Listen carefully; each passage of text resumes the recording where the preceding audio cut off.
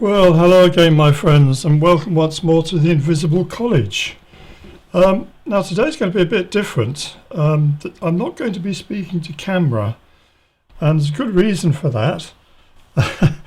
I've lost one of my front teeth. It's come out again. I'm going to have it glued back in tomorrow, but it looks really hideous, and I don't want you to be distracted by that. So I thought rather than you staring at me with my gap in my front tooth, you might prefer to see me here in the rose garden.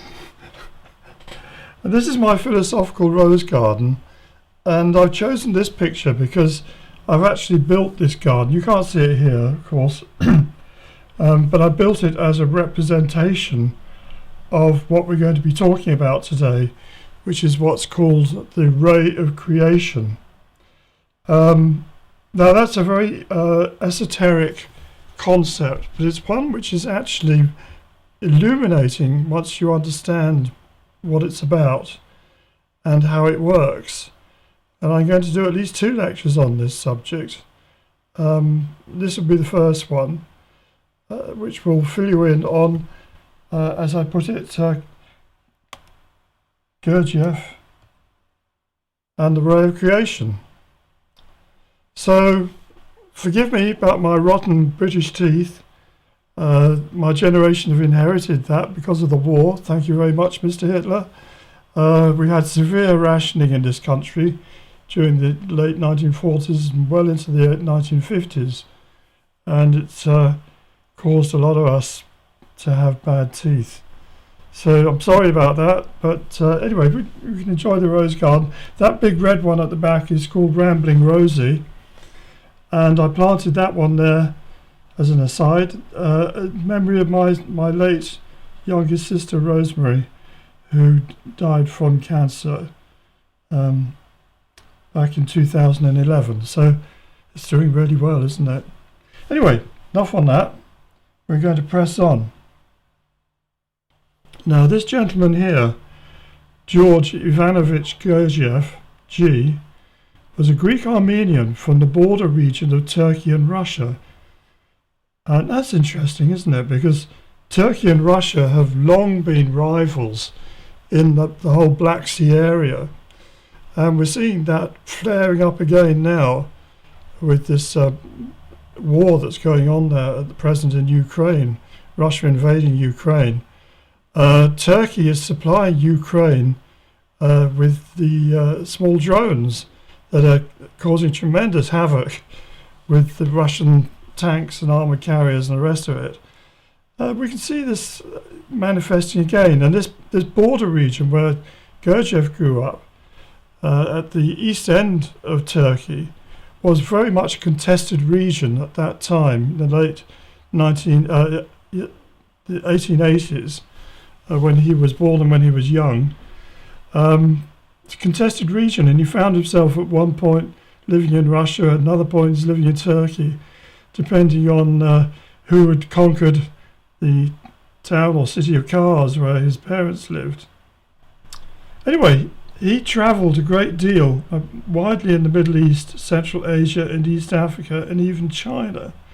And the reason for that was he was seeking for ancient wisdom. He had posed himself the question, what is the meaning of life? And in particular, what is the meaning of human life? Now, if you haven't asked yourself that question, it's time you did, because that is an essential question. Why am I here? What am I for? What is my purpose? And if you don't know what that is, then you can be the same thing as a car which has no wheels on it, it's jacked up and it's being used as a flower pot. Analogy, yeah? A car is meant to have wheels, it's meant to be for driving. So the human beings have a purpose, and we need to find out what that is. And that was a driving factor in his life. Now, G claimed that he'd been one of a group of unofficial researchers. They called themselves the Seekers After Truth. Sometimes together, but more often alone, they had travelled the world looking for lost knowledge. and they pooled their findings, and from this assorted material he developed what he called his system. And this he claimed was an esoteric form of Christianity, but informed by knowledge from even more ancient civilizations. So you can begin to see why I'm drawn to this. I have to tell you, I've never studied with a Gurdjieff society or group. There's many of those, different types, different flavours, all over the world. I think they've lost the point, that you need to actually get back to basics. But fortunately, he left a lot of writings behind him. And if you're diligent and you're prepared to do a lot of researching, as I've done a lot of travelling myself, you can dig deep. You can find out the meanings of what he was teaching. And anyway, so enough on that. But he was looking into ancient civilizations and seeing how they could inform his understanding of Christianity, which he saw as being the essential truth, as I agree. But we miss some of its messages if we don't know what went on before it. Now, Gurdjieff was very interested in music. I don't know if he actually played an instrument himself. I think he could sing. He certainly was a narrator, and he taught dancing.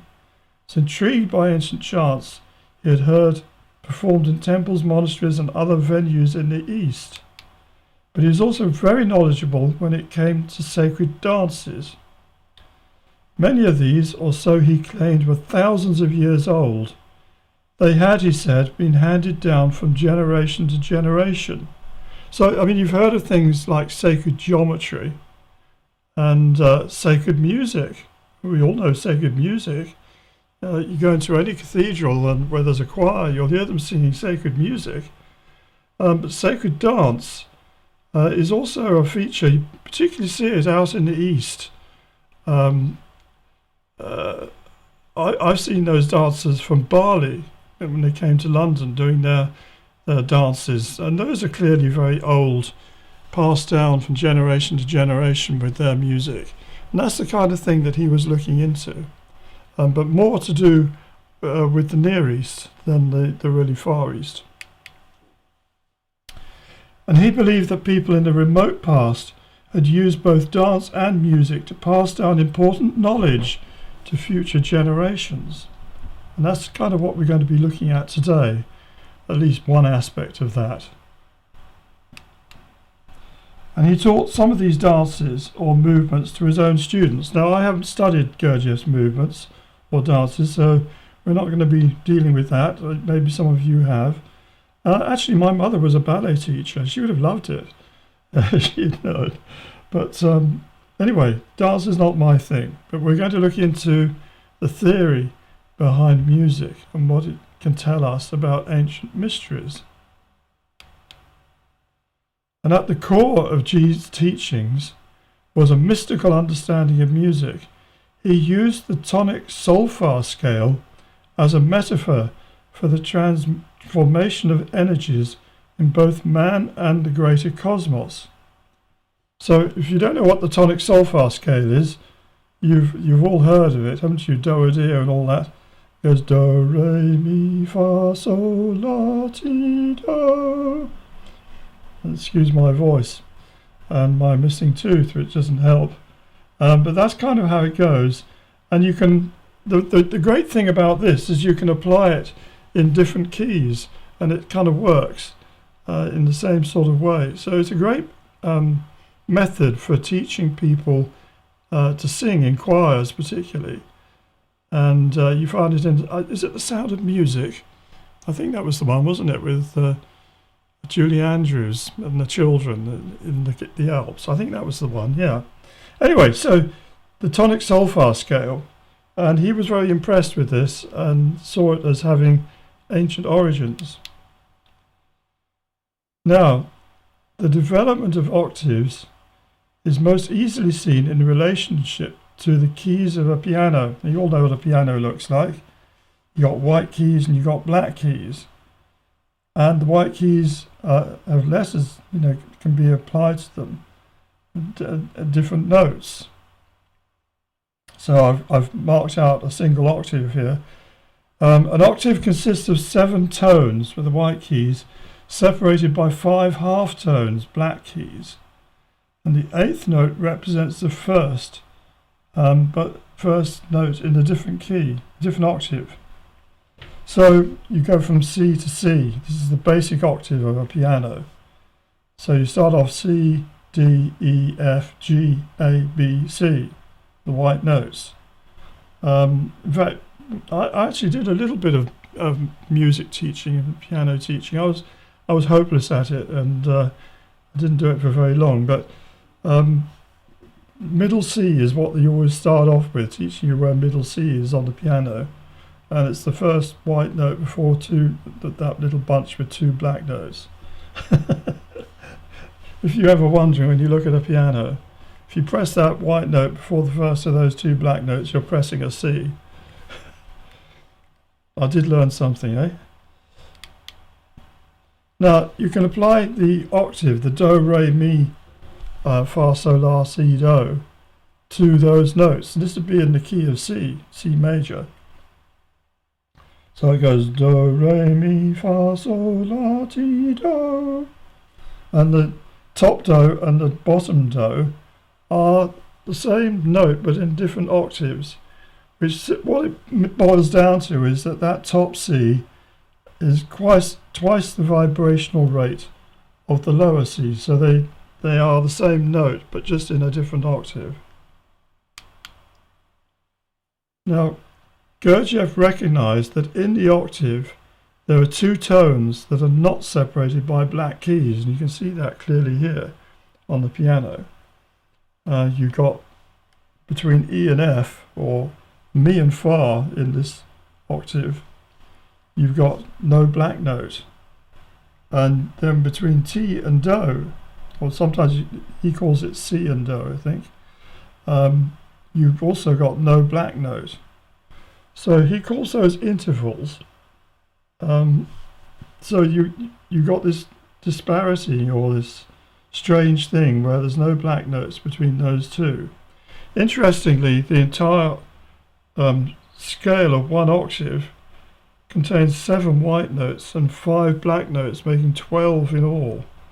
Isn't that interesting? The number 12 coming up there.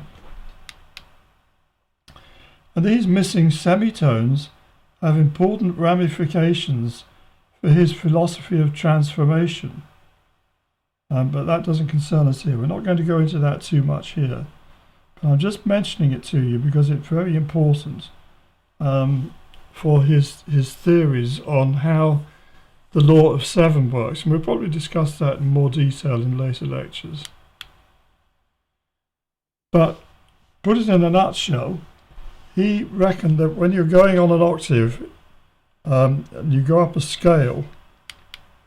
So according to Gurdjieff, at the core of his system is the idea that all processes involving transformation of energies, both human and cosmic, manifest according to the law of 7, which is to say in octaves.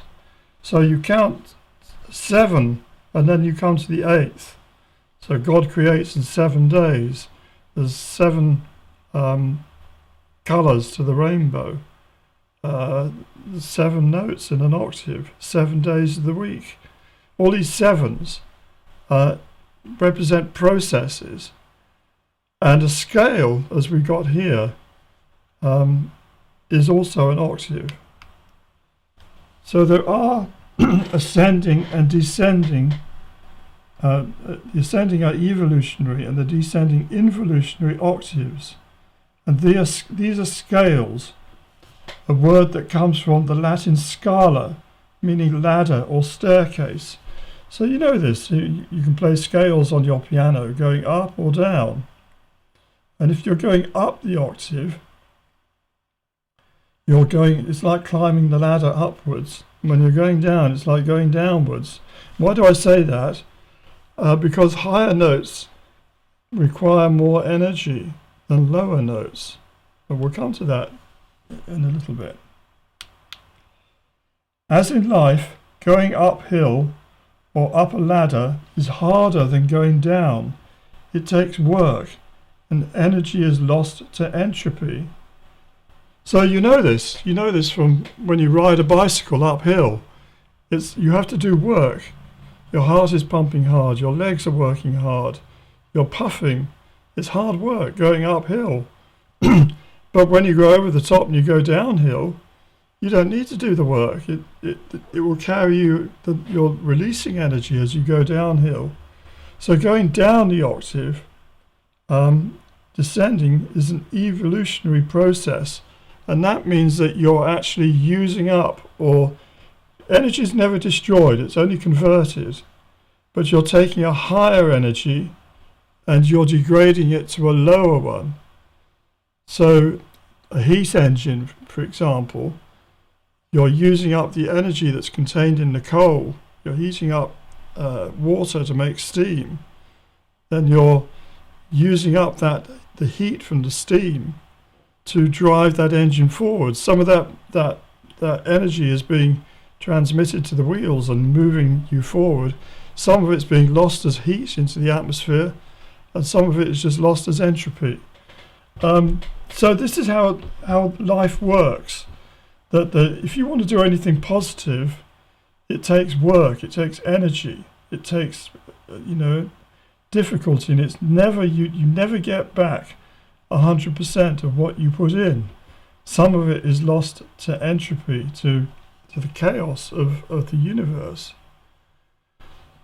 But that's a very deep teaching. But I wanted you to see here this idea that going up the scale is going up the ladder, and going down the scale is going down the ladder, and it's harder to go up than it is to go down. Now, Gurdjieff uses something he calls the ray of creation. So Gurdjieff's primary application of the theory of octaves was his ray of creation diagram. This conveys the idea of descending cosmoses, beginning with the absolute, which we can call God, and proceeding down the ladder of creation to the moon. So we go down the creation. The idea of cosmoses is a very ancient concept and is based on a Hermetic doctrine of as above, so below. So we've got God at the top, all cosmoses, galaxy, star system, planetary system, planet, moon, and interesting, we've got the void, which is a sort of other absolute at the bottom. That's very interesting, isn't it? Absolute cold and nothingness, absolute perfection, energy, creative power at the top. So you've got a kind of heat engine involved in the movement of energy down through the cosmos, emanating from God and ending up in the void. And conversely, we have a process going up the other way. We're not going to talk about that in this lecture, but that is to do with life. And the movement back up the ladder is to do with life. God, as a supreme absolute, exists in singularity. Below God is the created universe as a whole. This includes all worlds, or everything we can see or measure with our telescopes or other instruments. So everything that we can see, all the cosmoses, the galaxies and everything down there with our telescopes is all below God. So below all worlds, or he calls all suns. So that's the third. You've got all worlds, all the cosmoses, all suns, the galaxy. Anciently, this all worlds is the cosmos we call all suns, right? Anciently, this would correspond to the sphere of the fixed stars. Now, we talked a lot about the sphere of the fixed stars in earlier lectures. You have the idea of the lower heavens, which is our solar world, solar system, with all the planets going outwards, and then beyond the planets are the stars, the sphere of the fixed stars, and then beyond that you got the spheres to do with the angels, and then God beyond them in the classical way of looking at things. We talked about that in other lectures, so have a look through those and you'll find all that teaching there. We today understand this as our home galaxy. That's the sphere of the fixed stars of the Milky Way, which contains a myriad of suns. So all suns is our Milky Way, we would call that. I don't think when he was working on this system, which was in 1914 to about 1920, I think it was before they'd actually worked out that there were galaxies. They hadn't discovered other galaxies at that time. They knew that we were part of a conglomeration of stars that we call the Milky Way now, but they didn't realize that we are looking at sideways on a spiral galaxy. And then they discovered the Andromeda galaxy and other galaxies.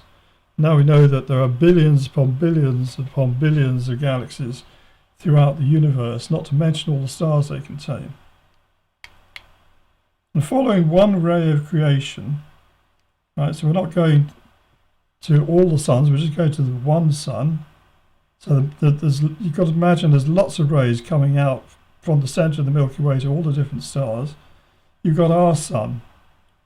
So we're following just this one ray. We arrive at just one of the star systems we see manifesting in our galaxy. For us on Earth, this would be our solar system and includes everything contained in the heliosphere. The heliosphere is the boundary of our solar system. It's like the skin of the solar system, that the sun's electrical and magnetic fields stretch out into space far beyond the furthest planets. Pluto, or it's not called a planet anymore, is it? But the Oort sphere, or whatever you want to call it, right out into space, and then it impacts into the cosmic background field of the galaxy as a whole. And there's an interface there. And they've actually found that there's a change in electric charge when, I think it was Voyager 1, passed through that barrier. There was an immediate change in the electric potential and the magnetic fields and things there.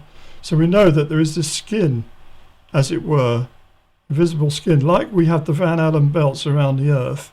The sun has this invisible skin round it, both protecting it from cosmic radiation, letting some in, obviously, but defining its zone, what is the solar system, the heliosphere. And below this, so below our sun, he's listed all planets, which includes the actual sun itself. Now we should think of, in the Gurdjieff system, and in the ancient systems, they thought of the sun as being a planet. It seems odd to us, we think of it as being the boss.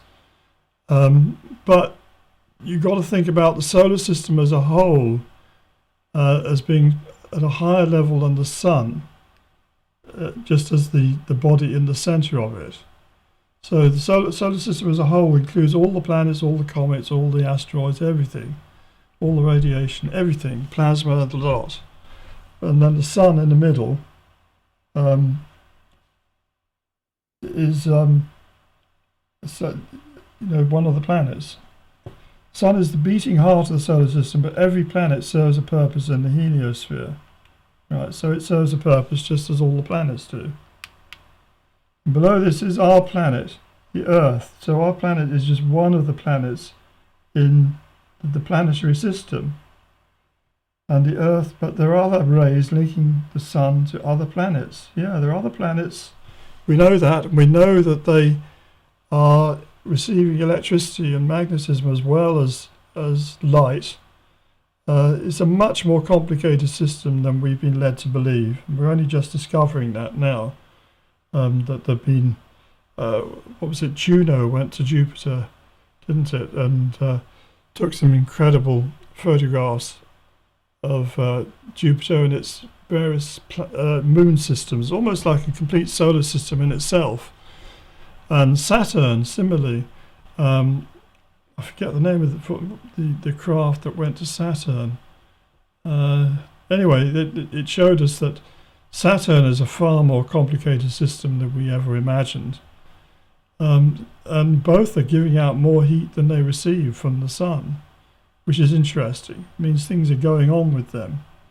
And Saturn had this amazing hexagon at the North Pole with rotating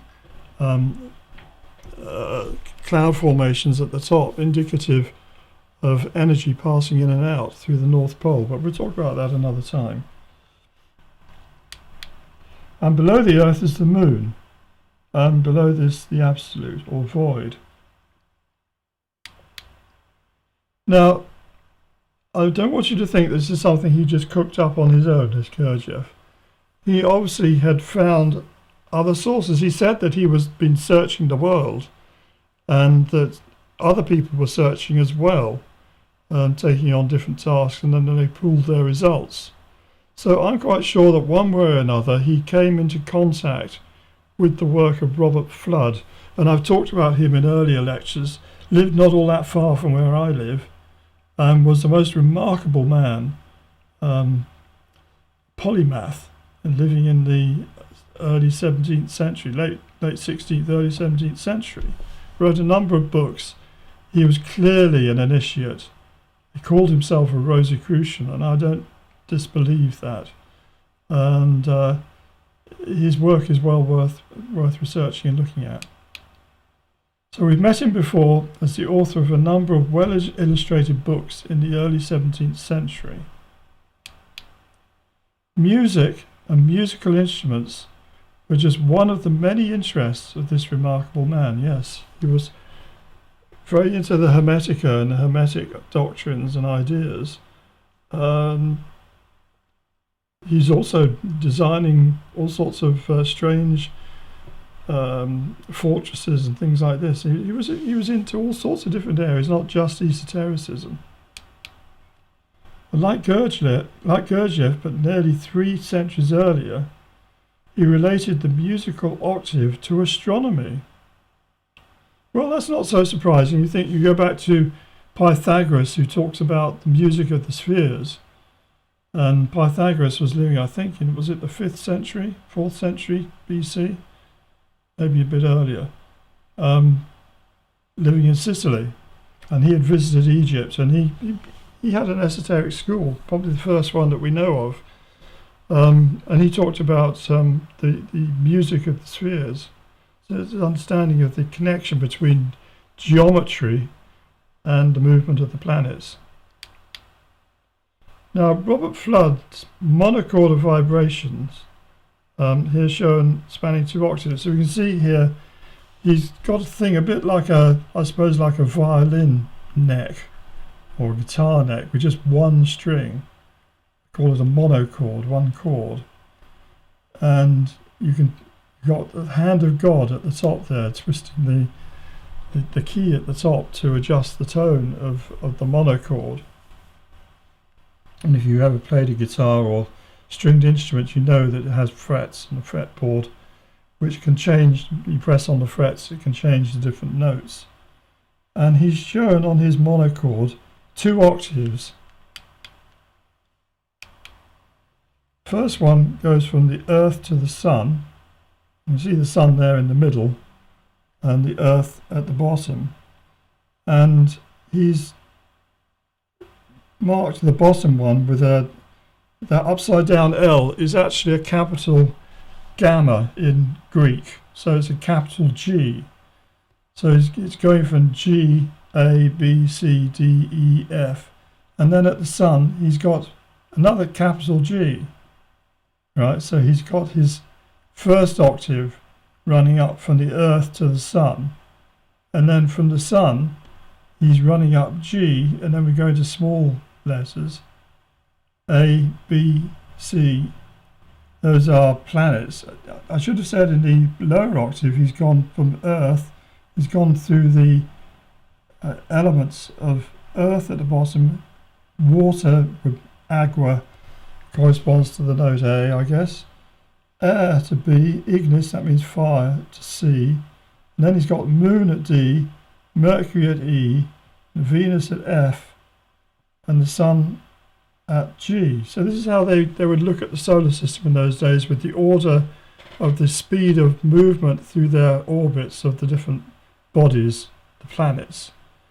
And then beyond the sun, at A, would be Mars, and then the small a, and then there would be B, and he's got the sign for Jupiter there, and then C, he's got the sign for Saturn. And then he comes to his fixed stars at D, and then he's got 3 more frets, which take him up through the angelic realms, till he gets up to the top where you've got the hand of God twisting the thing. So he's got the same concept that the universe is like a monochord, and there are different vibrations at different levels of it. You can move up the octave according to these different vibrations. So it's like our tonic solfaing scale that we saw. Let me just go back to that. Oops, we're going the wrong way. Our tonic solfaing scale, we got our octave there, from low do to high do. And he's done the same thing. And you imagine if you have the earth at the low do, and then you have the sun at the top do, and then you're counting up another octave to take you all the way up to God. So he's doing it a different way, but it's the same basic idea that the instrument, the universe is an instrument with different tunings and different vibrations, and it represents different octaves going up.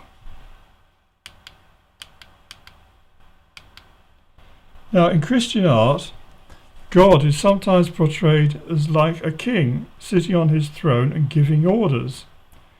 This is because his words, logoi, that's the plural of logos, is logoi in Greek, are the law. Our word law comes from logos. So God issues commands. Yeah, let there be lights, let there be a moon, let there be a sun. Yeah, he issues these commands at the beginning of the book of Genesis to enact creation. And that's like a king or an emperor issuing commands, and then his subordinates have to do the work. A bit like a dictator. I mean, we got this madman Putin at the moment in Russia.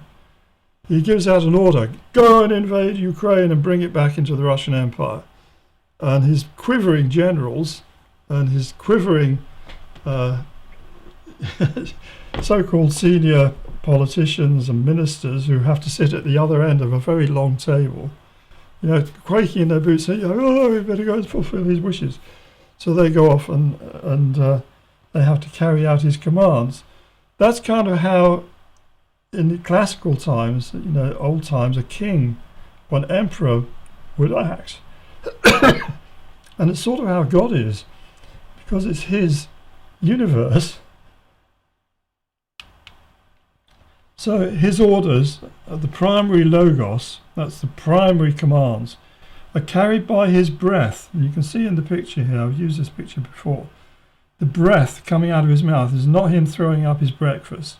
It's actually the breath coming out from his mouth is carrying the commands, the logos, carried on his breath, as a golden stream proceeding from his mouth. It's carried by the holy breath, which in Latin is called Spiritus Sanctus. I left out an N there, never mind.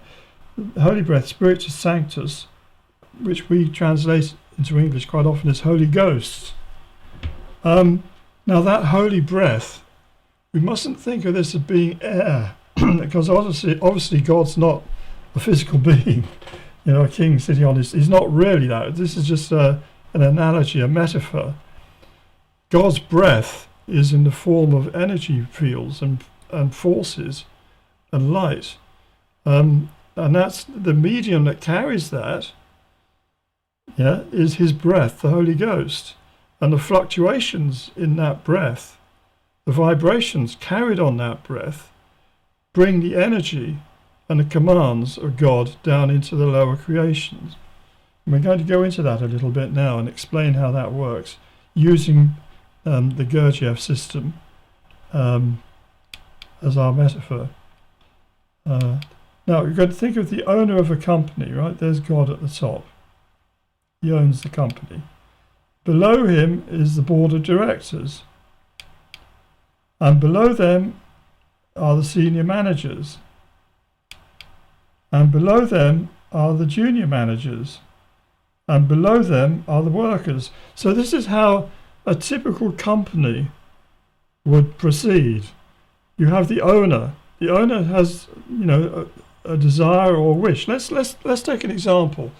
Imagine you're Elon Musk, right? Now you're Elon Musk. You've had various companies before, and you got it into your head that you think that the human race ought to be living on Mars as well as the Earth, right? So you set up a company with the express aim to go and colonize Mars. You call your company SpaceX, Space Exploration. So you pull together then people who are going to be able to make that happen for you. And you have a board of directors of SpaceX and a president. The president of the board is a lady. What's her name now? It's gone out of my head. Anyway, Shatwell. It'll come to me in a minute. Anyway, so then the board of directors have to work out how on earth are we going to achieve Elon's desire to put a colony on Mars. So that the Earth people living on Mars. I mean, that sounds like science fiction, doesn't it? So they've got to work out. They say, well, the first thing we've got to do is we need to learn how to fly, how to build and launch and land spaceships. Because if we can't if we haven't got spaceships, we're not going to be able to go anywhere. And to make it possible, they're so expensive, we need spaceships that we can reuse. I mean, you don't throw away a Boeing 747, use it once and throw it away. You expect to be able to land it, refuel it and use it again. Well, we need to have something similar for our spaceships. So they experiment, they do things with their spaceships. And they decide, well, we need to build much bigger ones. We're going to go to Mars. Now, in the process of wanting to actually build something, they get a senior management team. Those are going to be, some of them are going to be engineers. Others are going to be people who are skilled mechanics. Others will be accountants who are going to keep the books. Others will be transport specialists how do you get the materials you need, the basic materials you're going to do the stuff with. Others will be experts on the law. So they're going to have all these different departments, each with its own manager. And below those managers, who are directly under the board of directors, there will be junior managers who have specific tasks to oversee different aspects. I mean, there's going to be managers dealing with the IT requirements, managers dealing with the marketing and the advertising. There's going to be other departments below the senior managers, and under those departments there's going to be the bods who actually have to do the work, the grunts, the ones if you ever watch. There's loads of videos about SpaceX, and you see all these guys driving forklift trucks around and working on these different projects. Well, they're the guys at the bottom. They've got to do the work, pour the concrete, build the towers, do all that. Someone's got to do it. But there's something else I want you to see in this. So we got Elon as the owner of the company, and Gwen Shatwell, that's her name. She's the president of SpaceX. And then below her and the board, you've got all the senior managers, etc., etc. And I want you to notice something here. At the top, you've got greater freedom of choice. In other words, Elon doesn't have to do this. He could say, well, I'm fed up with SpaceX. I'm fed up with rockets. It costs a lot of money and they're wasting my time. I'm going to concentrate on my other company, Tesla, making cars. Or you could say, I'm really fed up with all of this. I think I'm going to go into farming. Or I think I'll build myself a shipping company. He could do any of these things. He's got freedom of choice. He's got lots of money. And within limits, he's got certain limits because he's got to obey the law, the greater law of the countries in which he's living and so on, in the solar system, etc. But he's got a lot more freedom. But as you go down, the board of directors, they can't decide, well, actually, we're fed up with building spaceships, we're going to build cars instead. They're not allowed to do that because they've got to do what he wants them to do, which is to get people on Mars. And similarly, the senior managers have to do what the board of directors tell them. They've got freedom to how they interpret what they do. They're not got them breathing down their neck. I hope not, anyway. While they're busy designing the engines and busy working out how they're going to do all these different tasks. I know Elon is quite hands-on with a lot of this, but they don't have the same freedom that the board of directors does, but they still have quite a lot of freedom. The junior managers, they've got to do what the senior managers tell them, so they've got less freedom than them. And then the workers at the bottom, they've got to do what they're told by the junior managers. I suppose if they really disagree, they could go over their heads to senior management, but that would be probably a big risk. And it's not something to be encouraged. So you can see there's this idea, and what I want to get across here is that there's greater freedom of choice the higher up the scale you are, and less freedom of choice as you go down the scale. This is how a pyramid works, a pyramid structure, and all companies work on this or variations of it. I know many of them like to think that they're open-sided and everyone's got the same say and la la la. But in practice, someone has to take the decisions, and they have to take the decisions at each level. And freedom of choice is actually about taking decisions and having the freedom to take decisions. Once you get down to the guy who's actually told to pour concrete into a particular place, he doesn't really have much choice. He's got to dig a hole there and pour the concrete. He might have some say in what type of concrete they're going to use, but basically he's more. It's a question he's got to do it at the right time and get on with it. So that's kind of how scales work. And I want you to be able to see this with the Logos, the ray of creation. As God's commands proceed down the ray of creation like orders from a king, being transmitted first to his generals, from then down to lesser officers, down through lower and lower ranks, as God's Logos or word descends the octave of creation. As God's Logos or word descends the octave of creation, so its energy becomes slower, denser, and subject to more and more laws. This is how Gurdjieff expressed it, that at the top there, the absolute, you've only got one law, and then that manifests as three in his all worlds, which would be, in Christian terms, Father, Son, and Holy Ghost. And then that goes down to all Son, and it goes all the way down. But as you get further and further down, so you become more and more restricted in choice. You've got less freedom of choice than the realm above you. So here on Earth, we're at 48 laws. At the Moon, they're at 96. The Moon has no life on it. It has no humans there. It can't even begin to think how to build a spaceship and go and land on another planet or another moon.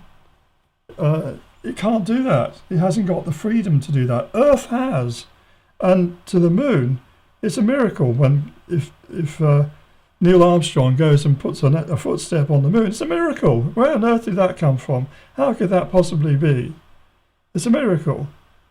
And similarly to us, it's a miracle when something higher than the Earth manifests here on Earth from all planets. Even more so from the sun level coming down here to the Earth. Even more from all suns or all worlds. These are miraculous events. The intercession of higher worlds into lower worlds. It's not really a miracle, it's just that whatever the entities are from higher worlds, let's call them entities, are not under the same constraints as we are on this world. So you and I, we can't walk through a wall. But if we were at the level of all suns, perhaps we could just walk through a wall and manifest and manifest a physical body at will, which is kind of what we're talking about in Christianity with the idea of the resurrection.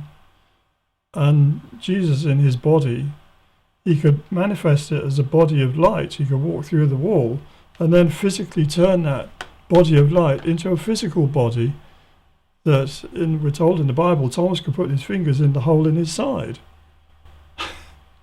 I mean, that is an impossibility at our level. But he's not from our level, he's from a much higher level. And so when something higher manifests on the earth, it is totally miraculous to us, and we can't understand it because it is obeying a higher law or higher degree than we are capable of, just as if we build something on the moon. It's not explicable in terms of the moon. Moon has no life, has no ability to go and build something, a house, or I don't know, just draw in the surface of the sand a hexagon or whatever. It can't do that, but we can, because we're from a higher world. If we go to the moon, we can do that. We have power over it. We have power to go, and if we want, as long as we bring a life support system with us, we could inhabit the moon. So this is what's kind of being meant here when we talk about higher and lower worlds. The higher worlds have more freedom. They're closer to the higher management, the higher board of directors, to God himself. The higher you go up, so you have more power, more freedom of action. As you go down the ladder, you have less freedom, less power. And you can see we on the earth, we're at quite a low level down the tree of life, or the octave of life. So our purpose as human beings is to try to develop ourselves in such a way that we can eventually leave this earth and go and live on higher levels. We don't really want to go and live on the moon. That's not actually a good thing for us to do, particularly. I mean, you might visit it, but what we really want to be doing is to transform ourselves so that our soul, which has the potential to be a higher being, can be liberated from 48 laws, say, on Earth, to going up to only under 24 laws on the all planets level, or 12 laws on the sun level, and maybe even higher than that. So this is what the whole purpose is, and the way that we can do this is by absorbing higher energies and processing them in ourselves, and that means refinement and coming into contact with those higher energies, which is referred to in Christianity as the Holy Ghost, the Spiritus Sanctus. And we want that Holy Spirit to descend upon us and fill us with higher energy. Actually, Gurdjieff doesn't always use the word energy. He talks about hydrogens, that there are different levels of hydrogens. I'm not going to go into that, but you can understand the idea of subtle matter associated with subtle energy. So if we have the subtler matter of star energy, for example, crystallizing inside us to build a body of light, we could transcend this physical body that we have, our earth body, our planetary body, and we could go with our star body to live on the stars. So that's kind of what it's all about. And the way we have to do that is we've got to resist the temptations in ourselves to disperse our energies to lose energy needlessly through our bad habits, our wrong training, our wrongdoing, our sins, whatever you want to call it, that keep us chained to the earth level.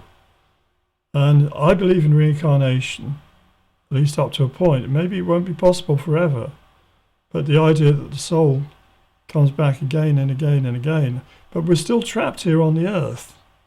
And we may even, if we transcend too much, or we fall too low, we might find ourselves forced to leave the earth and go to the moon. And that is the equivalent of going to hell at that level. I mean, it's different if you go to the moon when you've got a physical body and a life support system, you walk on it, maybe even build a cabin there and live there for a bit. That's one thing. But for a soul to be translated to the moon, it can only be a rock. It can only inhabit a physical rock. There's no life there. So it would be a disaster for us, for that to happen to us, to slip down lower in the ray of creation than we already are. We want to climb that ladder, but that requires effort and struggle. It requires knowledge, and it requires love.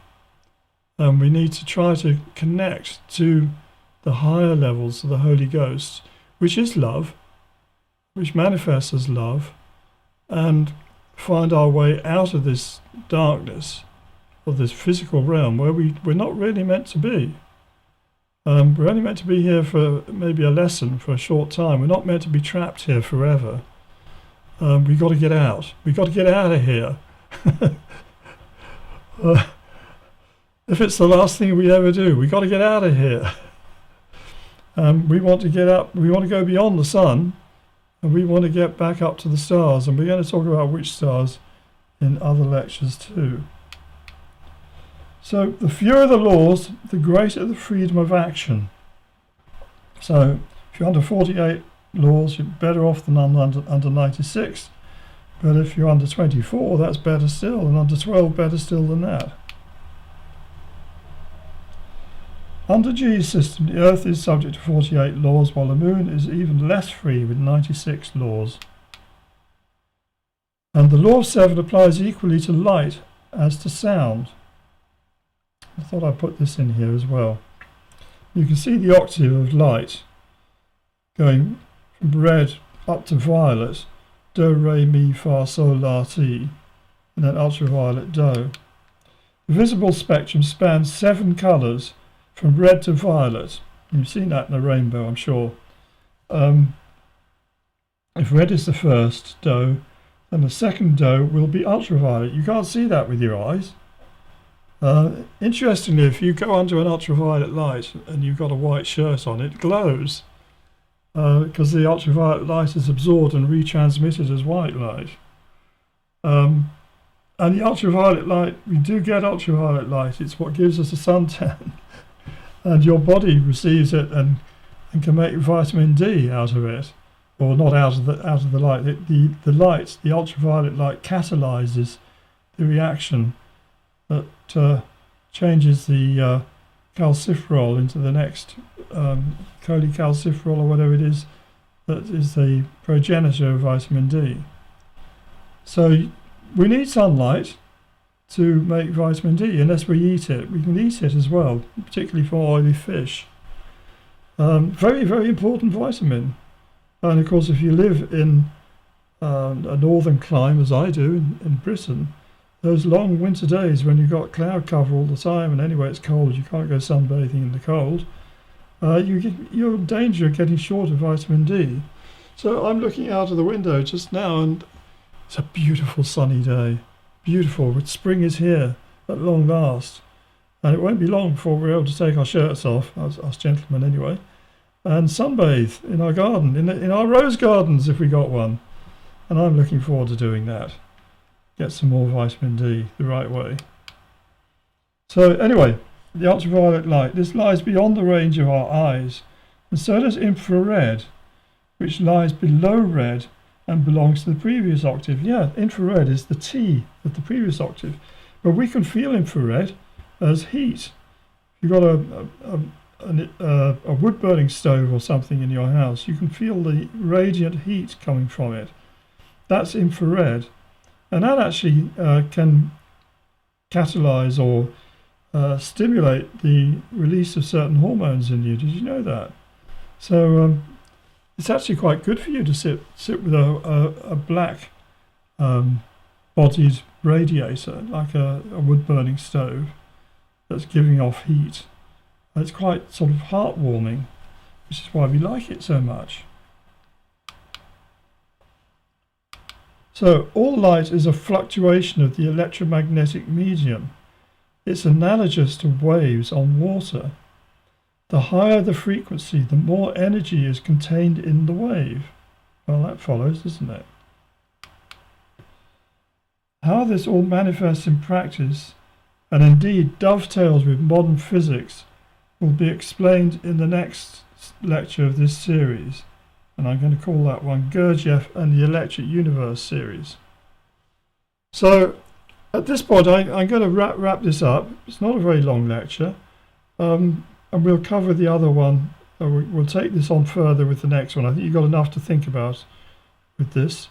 But this is the whole point of what we're really trying to do here, and the essence, I think, of what Gurdjieff was, his legacy, what he was wanting to teach people, and what we need to know, and why it's important to have a religion and to try to live the good life so that you can get off this planet. That's what we're meant to do. So thank you very much for your time, and I look forward to seeing you next time, and we'll carry on with this. Thank you.